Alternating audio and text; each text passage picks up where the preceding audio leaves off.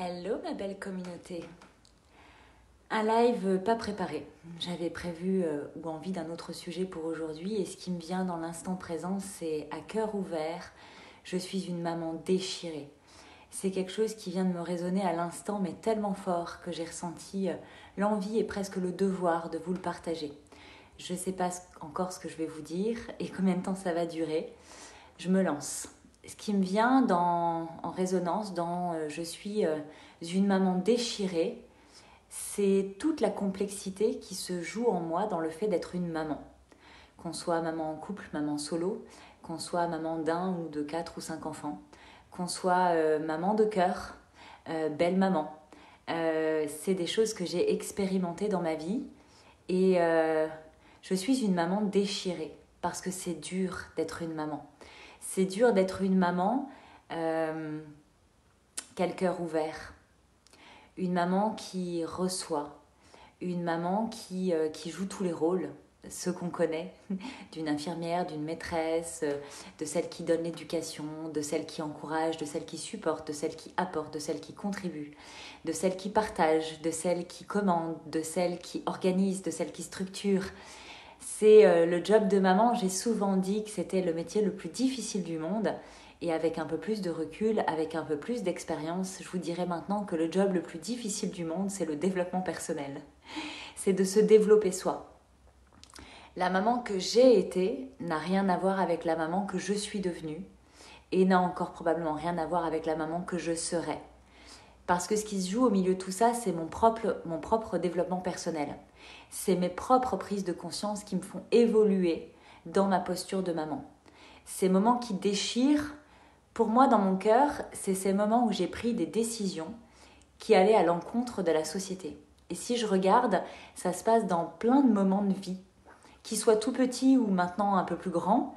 C'est ces moments où je sens que je prends une décision parce qu'elle est juste, parce qu'elle fait sens, parce qu'elle est alignée et qui vient à l'encontre des normes, des codes, des usages, de la société, de ce que j'ai expérimenté moi dans l'éducation que j'ai reçue, dans le transgénérationnel, de ce qui se joue dans ma famille de génération en génération, dans ce que l'éducation dit de mes ancêtres, de mes parents, de mes grands-parents, et dans ce que ça dit de moi. Cette déchirure dans mon cœur qui vient m'obliger à me positionner, à faire un choix.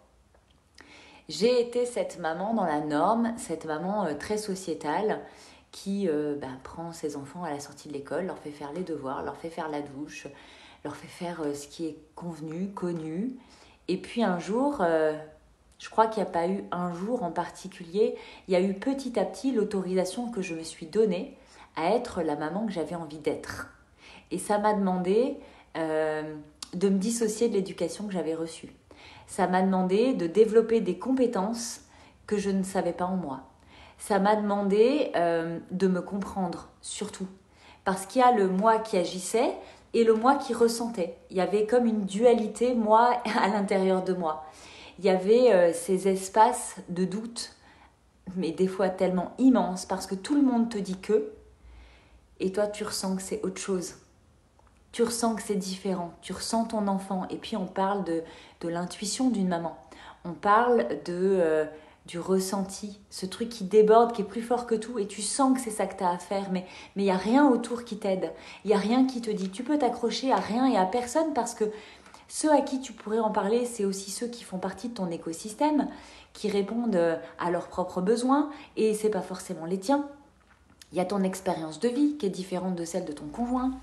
Il y a toute cette dualité qui se met en place et qui m'a demandé énormément de courage.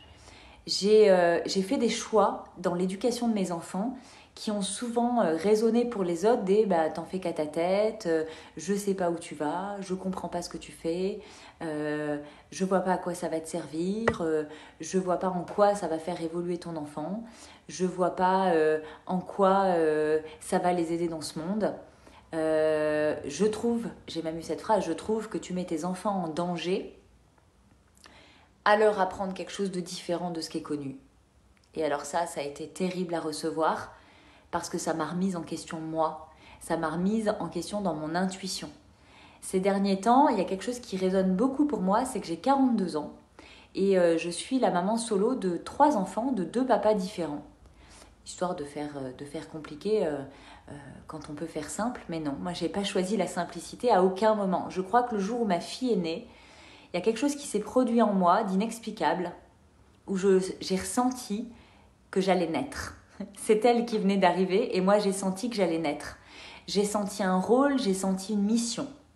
Ma fille aujourd'hui elle a 16 ans et on a encore fait dernièrement pour elle des choix audacieux avec son papa qui a tendance à me dire ok je comprends pas tout mais je te fais confiance, jusque là ça a marché alors on continue, choisis et moi je te suis. Donc j'ai cette chance là d'avoir un papa qui quand même reçoit les messages, entend, s'efforce de comprendre et soutient la démarche même si c'est pas ce qu'il aurait choisi lui.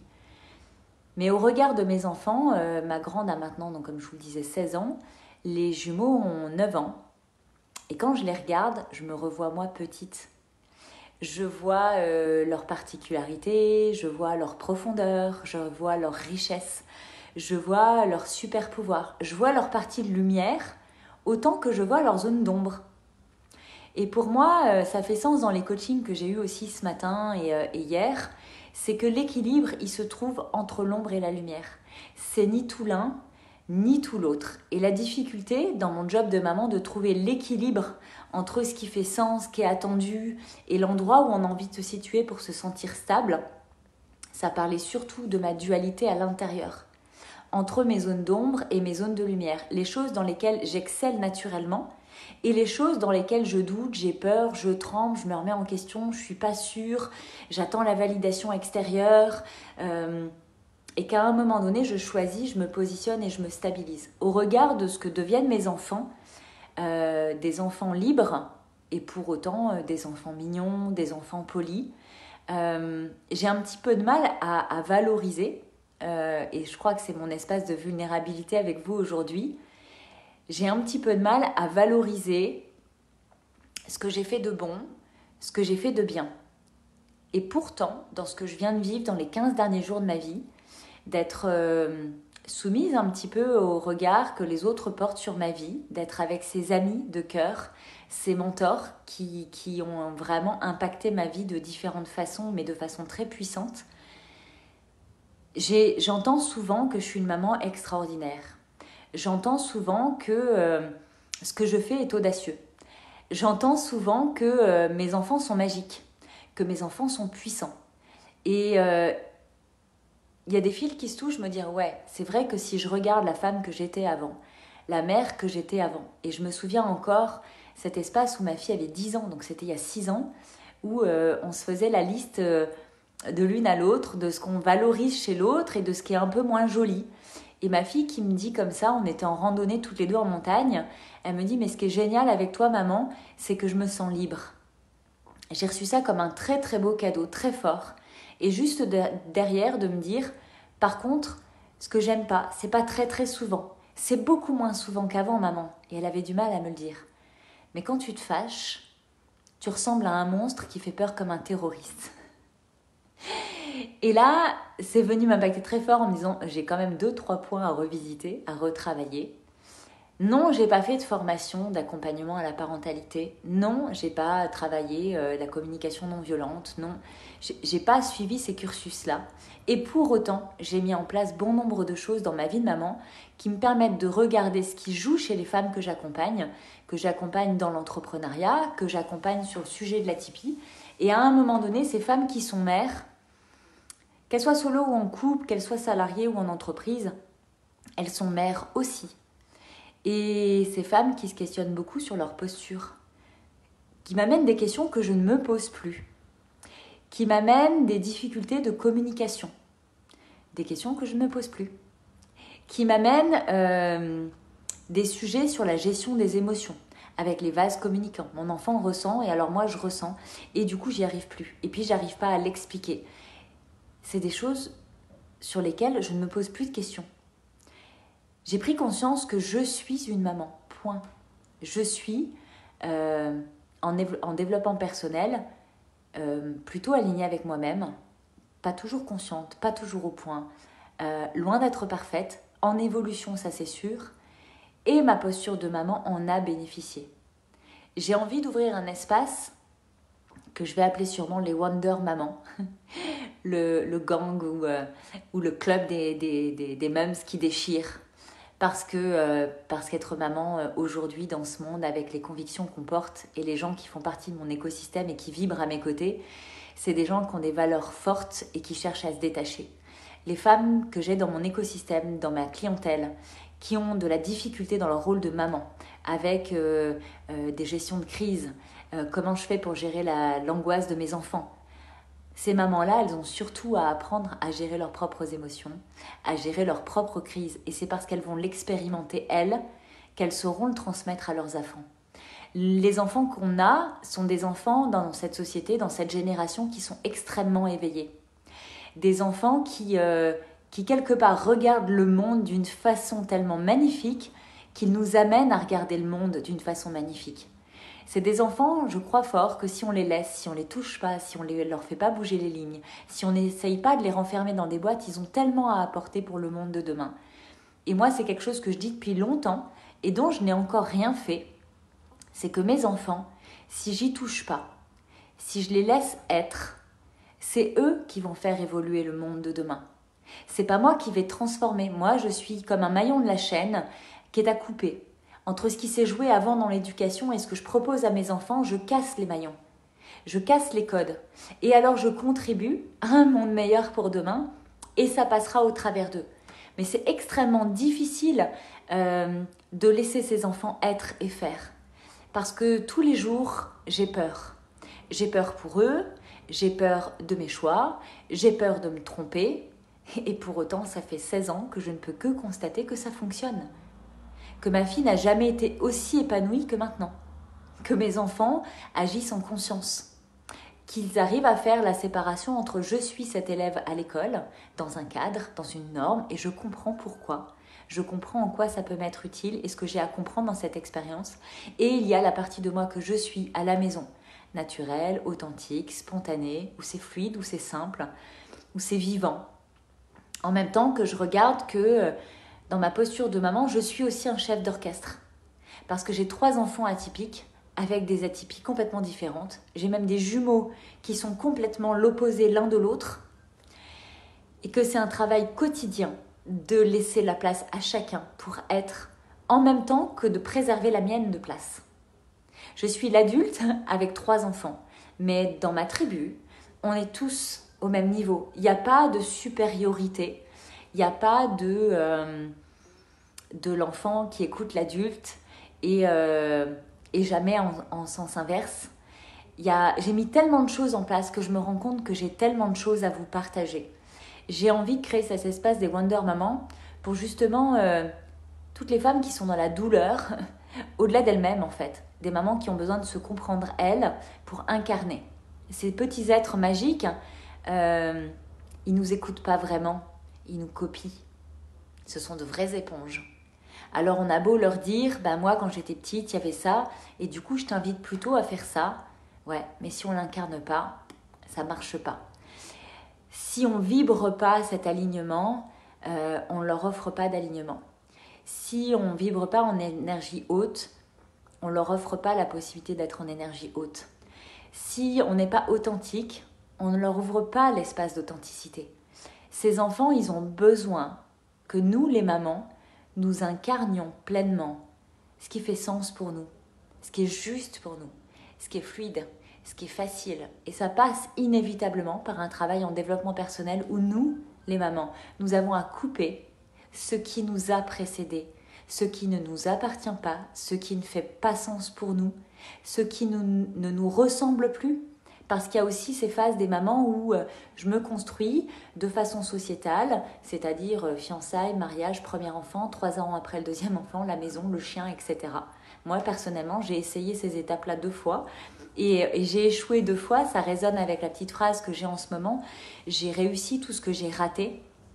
C'est parce que j'ai raté 2 fois à minima toutes les cases de la bonne société, de ce qui est attendu de nous, que j'ai pu prendre la mesure de qui je suis profondément, de celle que j'ai envie d'être, de comment j'ai envie de faire les choses, y compris dans l'éducation de mes enfants. Ça passe par nous. Si ici et maintenant, mon message, il résonne pour toi. Si ton petit cœur de maman, il est parfois tiraillé. Si ton petit être de maman, il est parfois épuisé. Si ça t'arrive de culpabiliser parce que, avec un peu de recul, tu sais que tu as fâché tes enfants ou ton enfant un peu fort parce que tu avais l'épuisement de la journée.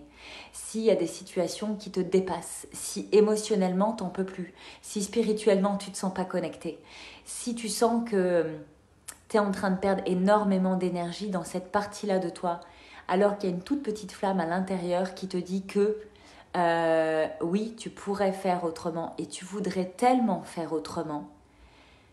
J'ai plein d'outils, j'ai plein de tips, de trucs, d'astuces, de partages, d'histoires, d'anecdotes à te transmettre, non pas pour te dire celle que tu as à devenir, ni te dire ce que tu as à faire, simplement pour t'éveiller au fait que c'est possible, ça existe, tu as surtout à être et à t'autoriser toi à être toi, simplement différente, et donc différente de ce qu'on a attendu de toi jusque-là, pour pouvoir ouvrir cet espace à tes enfants, pour pouvoir leur offrir le meilleur pour demain, pour rendre l'équilibre de ta tribu beaucoup plus serein, de façon plus sereine, de façon plus apaisée. J'ai senti qu'il y avait une liaison qui n'était pas juste, mais c'est pas grave. De venir apaiser ce qui se joue dans ta tribu au quotidien, de venir apprendre à structurer, à organiser sans être dans le contrôle. Ce contrôle que tu connais sûrement tellement bien et qui en même temps te simplifie une partie et te complexifie complètement l'autre, parce que j'ai été cette femme qui contrôle tout et c'est tellement étouffant, c'est tellement épuisant. On a l'impression qu'on contrôle parce que ça va être plus simple, et en fait pas du tout. Donc il y a un juste milieu à trouver entre le contrôle, la gestion, je suis et je transmets, j'incarne et je partage, et puis l'espace de vulnérabilité. Moi j'ai été cette maman forte où on ne montre pas qu'on pleure, on ne montre pas qu'on est triste, on ne montre pas qu'on est fatigué. Mais qu'est-ce qu'on apprend à nos enfants quand on fait ça ? Cache ta joie, cache ta peine, cache ta douleur, serre les dents, avance, trace ta route, fais ce qu'on te dit, n'écoute pas ce que tu as envie de faire. Dans la posture que j'incarnais avant, je montrais exactement à mes enfants tout l'inverse de ce que je voulais pour eux, de ce que je disais qu'il fallait qu'ils fassent. Alors je me mentais à moi-même, alors je leur mentais à eux, et alors ça devenait très compliqué. S'il y a un espace qui résonne pour toi à ce moment-là, fais-moi un signe en dessous de cette vidéo ou en message privé. Je vais bientôt ouvrir cet espace. Il peut prendre, je dirais, différentes formes. Il n'y en a pas une qui me vient en évidence. Peut-être d'où l'intérêt pour moi de faire ce live aujourd'hui à cœur ouvert, de dire voilà où j'en suis, voilà ce que j'ai envie de transmettre et de partager. Et ça prendra la forme que vous aurez envie que ça prenne. J'ai envie de me mettre à votre disposition. Est-ce que vous avez envie de groupe de parole ? Est-ce que vous avez envie de live avec du coaching ? Est-ce que vous avez envie de quelque chose de récurrent ? Est-ce que vous avez envie de quelque chose de ponctuel ?